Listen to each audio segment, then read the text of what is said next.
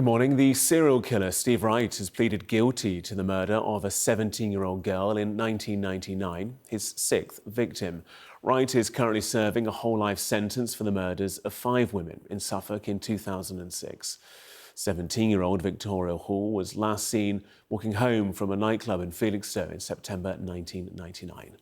Our correspondent Oliver Whitfield-Mearchich joins us now. And Oliver, just tell us more. This has developed in the last hour at the Old Bailey. Yes, it has. Up until this point, Steve Wright has denied any sort of guilt. He said that he was completely innocent in this, but clearly today he's had a change of heart and now entered this guilty plea for the kidnap and murder of Victoria Hall, plus the attempted kidnap of another 22-year-old woman the night before. It was in September 1999 that Victoria Hall was leaving a nightclub in Felixstowe. That was the last time that she was seen, and then 5 days later her body was found in a ditch in a village. She had been studying at school. She'd been hoping to go to university and study sociology, but clearly that was never meant to be after she was murdered.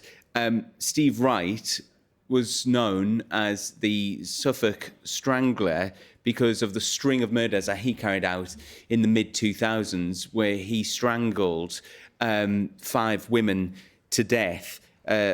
In 2006, the first of his victims was Tanya Nichol, followed by Gemma Adams. They vanished from the area's red light district. Then 2 days later, the body of Anneli Alderton was also found, and then the bodies of Paula Cannell and Annette Nichols were found in December of that same year. It caused a lot of panic for locals in the area, and he was eventually found guilty and given that whole life sentence, meaning that Steve Wright, the 66-year-old man, formerly of London Road in Ipswich, could never ever be released. But on the 20th anniversary of Victoria Hall's disappearance, the police reopened the case, and her parents had been hoping that any information would come forward. It proved to be that the police did get a number of leads and a number of calls. 2 years later, an arrest was made. And then in 2024, Steve Wright was charged with the kidnap and murder. And that's led to the events that we have up until today. Now, in an unusual turn of events, the judge had allowed the reporting of the previous victims. Normally, when there is a Crown Court case, we have to be very careful in the media not to jeopardise or to influence the minds of a jury. And so we usually keep our reporting very spartan, only the bare basics that we report: the name of the accused, what they're standing trial for.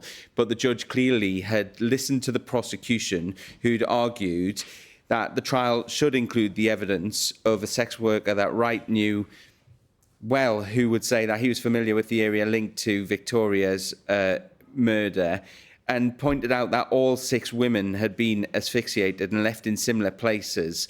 So clearly here, the judge had thought it was important that this detail should be allowed to be reported. It is something that Steve Wright had campaigned against, but was not successful in doing so. Now, he is due to be sentenced on Friday. He's already serving this whole life term, meaning he will not be allowed out of prison.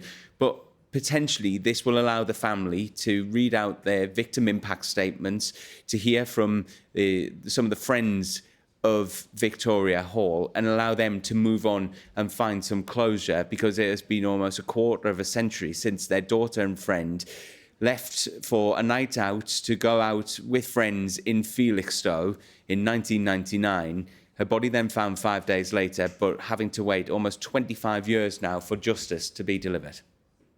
Oliver, good to have you with us. Thank you so much. Just seeing here some reaction from the Crown Prosecution Service. Samantha Woolley, a prosecutor for the CPS, saying this outcome should make plain that time does not preclude a successful prosecution. We will doggedly pursue justice for the victims of non-recent crimes, no matter how many decades have passed. Our thoughts remain with Victoria's family and all those who loved and cherished her at this incredibly difficult time. We also hold in mind Emily Doherty and her family and anyone else affected by this tragic case.